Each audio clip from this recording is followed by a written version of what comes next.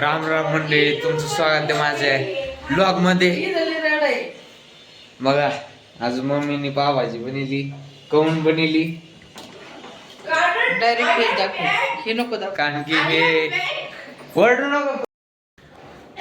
तर आज शाळेत सकाळी जाताना मी अख्ख्या रोडवर गाडी चालवली ती. रोडवर म्हणजे जाताना अख्खी मीच चाललेली ती, पप्पा नाही चाललेली. आणि आता येताना पण अर्धा रस्ता मीच चाललेली. आणि मी आज डबाच नाही नेला कारण की दुकानच बंद होते जिथून मला घ्यायचं होतं तिथून. बघा पावभाजी बनेल, पावभाजी. आणि दिदीला आंघोळीला पाणी केले गरम. माझी मम्मीनी हे पाव आणलेत कारण की आम्हाला साधी लादी नाही भेटली. 25ला एक पॅकेट आहे, 25ला 8 पाव येते. तर आता मी घेतली पावभाजी खायला.